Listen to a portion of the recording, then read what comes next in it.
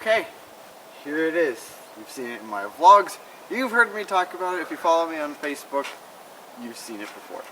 Now I'm going to have a Twitter pretty soon. I'm currently at 48 subscribers. Thank you to everybody who subscribed. And I know, it's a Honda Odyssey. It is the ultimate soccer mom driving machine. But it's new to me. This is the first new car we've had in about 8 years. And I want to do a review on it. So we're going to start with some features on the outside of the vehicle. Then we're going to move on to the inside. Okay, starting at the front of the car, it has HID headlamps with a full chrome grille. On this side, it has chrome accented handles. It's the same on the other side. A fully automatic door, which I'll demonstrate in a moment. As you come around to the back, you can see it has the Maserati Gran Turismo inspired rear. It also has a backup camera here, which I'll also demonstrate when we're inside the vehicle. On top, it has the shark fin, very typical, and of course it has the rear windshield wiper. The exhaust is off to the right, and it is singular exhaust. As you can see, the car has a lovely sunroof, and yes, you can close that off if you don't like to look at the sky. And in Ohio, you look at it as often as you can. So we're going to start the car up. This is the typical Honda key. As you can see, unlock, lock, and then these are for both doors, the rear trunk, and then of course the alarm.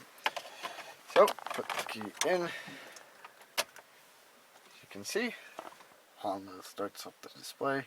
No data for the USB, but we'll deal with that in just a second. So, everything on the dash lights up. Start it up, and now we're going to go take a look at the engine. Okay, as you can hear, it is exceptionally quiet from the outside. We'll go take a listen to the exhaust in just a moment. Once you open up the engine cover, which actually is surprisingly easy to open, and it does have quite a lot of weight to it. There it is, the little 3.5 liter VTEC engine producing 248 horsepower at 7,500 RPM. So, and as you can see, very, very tightly packed in here. Honda did not leave a lot of space, and it is extremely quiet for a little engine. And it is nice to have the power. It is considerably more powerful than my other car. So everything looks very, very nice and tidy under there.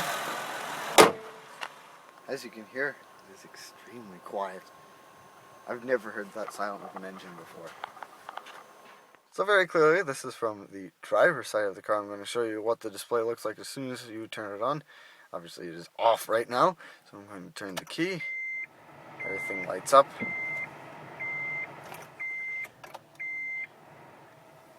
As you can see, the display is very clean, very, very simple, and very, very nice. When you take a look over here, I'll just go to display. Get all kinds of wonderful stuff. Trip counter is usually what we leave it on to see all the information about the car, how fast we have gone, how many miles per gallon we're getting, all that wonderful stuff. As you can see, this whole display here is very, very neatly organized, and it all works out very, very nicely. Yes, heated seats, a wonderful little feature to have. It does have, as you can see, all the basic controls there. Dual climate control, which is very, very nice to have. Down here, this does resemble, I know if you're a BMW fan, it does resemble iDrive, and I know a lot of people hated iDrive, but this system works much, much better. Okay, so let's say you're tired of listening to the wonderful XM radio that comes with this car. You can listen to your own device when you open up the glove box here. As you can see, you can connect to USB, and then you can listen to whatever you want. We're going to listen to some music off of the iPad. So when you plug this in, it's a typical sync sound actually. It says dock connector where the volume would be, and then it says accessory connected. Car's a pretty big accessory, but whatever. So then you hit display, and on the display menu there, you go to audio display. The audio is off right now, so we will just turn it on. As you can see right away, it goes into music. And then you cannot use the device to actually control the music, so you have to use this. So you press tune, then all of your playlists and everything that you normally have on the iPod is there.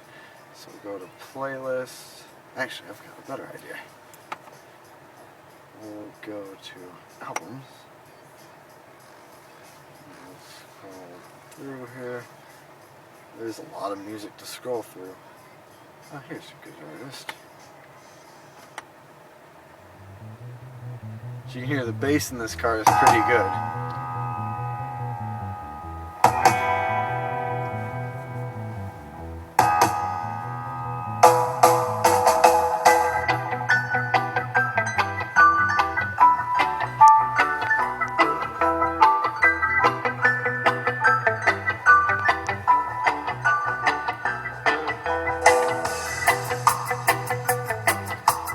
That sounds pretty nice, but the song I always use to test bass is The Sun is Shining by Bob Marley.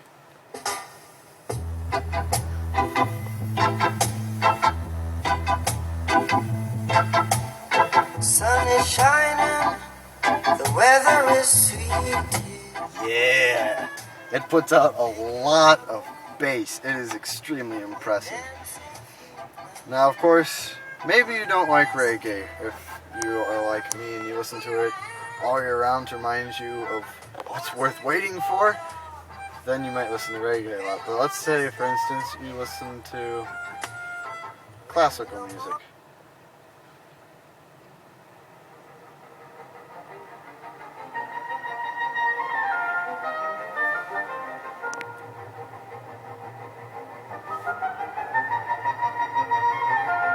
It does capture a lot of the parts of the symphony. You can hear everything rather clearly. So the music, not bad. The whole sound system all around the car sounds very, very nice. Go back to display. Wallpaper. That's right. You can set. Oh, well, actually, that's not what we want. So if you go to wallpaper, you can actually set what kind of wallpaper you want to display during the car. Obviously, we have the time set, and it looks terrible. We're going to set that up eventually, but that's not really the important thing. Minimum display.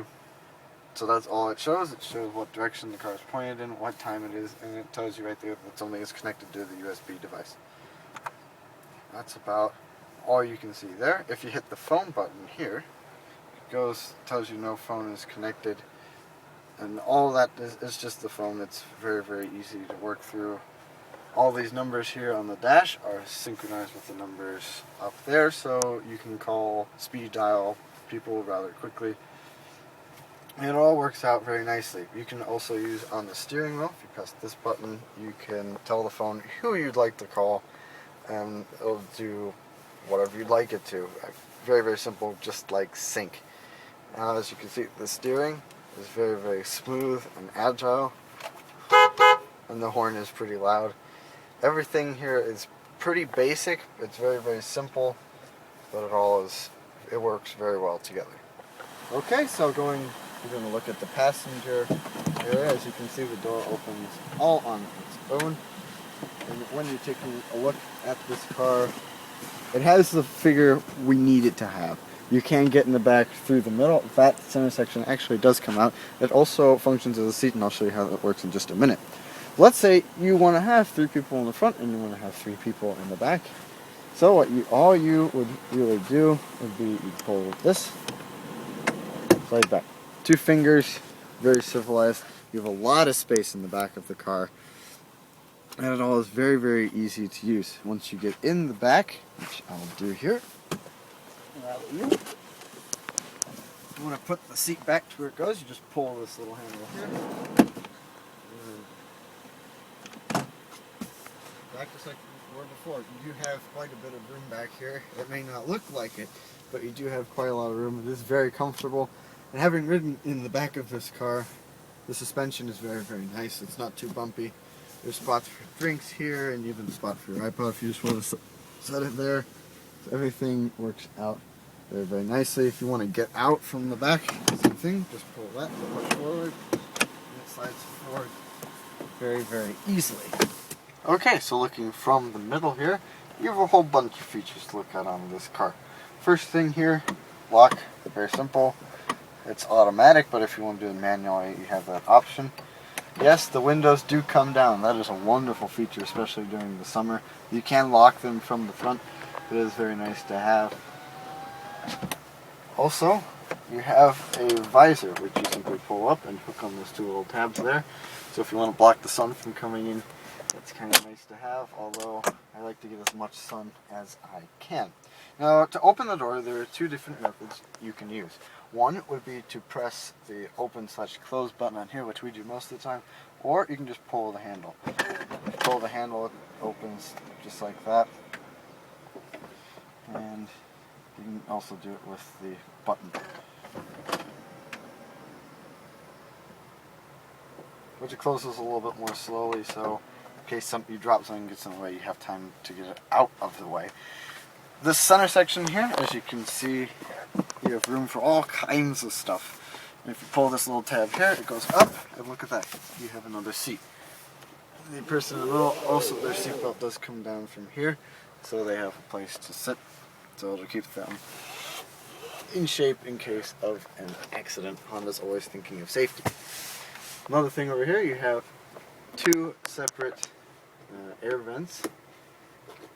It does pass the magic test, and of course you have a light here if you need it.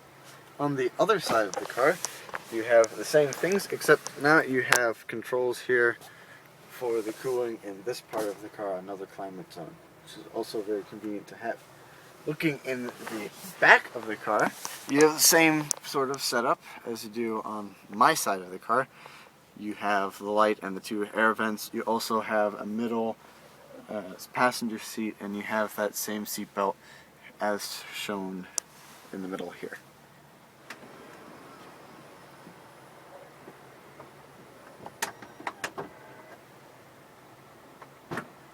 Okay, just a couple features I forgot to mention. Down here there's something called the cool box. So you open it up, and during the summer, if it's extremely hot out and you have a nice cool drink like a Coke in a bottle, you just slide it in there and close this. Mind you, it won't cool it down if it's already hot, but it'll at least keep it cool, which is exactly what you would like. Another feature I did forget to add over here on this side, which may be a little difficult to see, there's a button that opens the trunk, and you can move both the doors from here. But I think we're going to go take a look at the trunk next. So if you press this button and hold it, you'll hear it will beep, and the trunk will open on its own. So let's go take a look at that trunk space.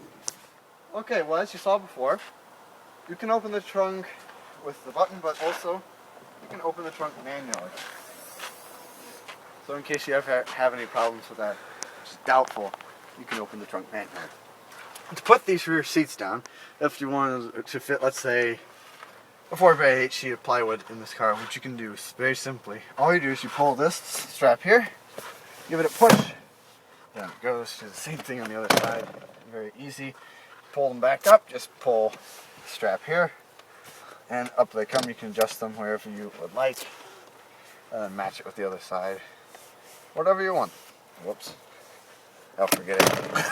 So, let's say you have been to your local garden center and you want to put everything you bought in the trunk. This is quite simple. So let's say you bought some birdseed. There it is. And mind you, this trunk is extremely deep. You can't do this with a lot of cars, but you can easily do it with this. You also bought a Joel Yankee bird feeder for the seed, quite simply. And you also bought a sledgehammer for the squirrels. And then, let's throw in a hoe while we're at it.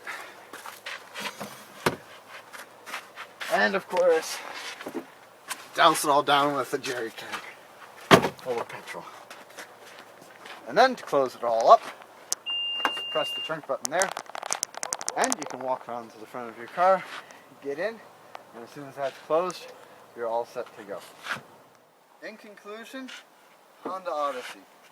Fantastic car. We paid about 38 grand for it, and you get all that. It's amazing how far technology has come. In comparison to the old Odysseys, this is definitely the one to buy. I happen to love it very, very dearly, and I highly recommend picking one up. And I'm sure it'll be a great car in the future.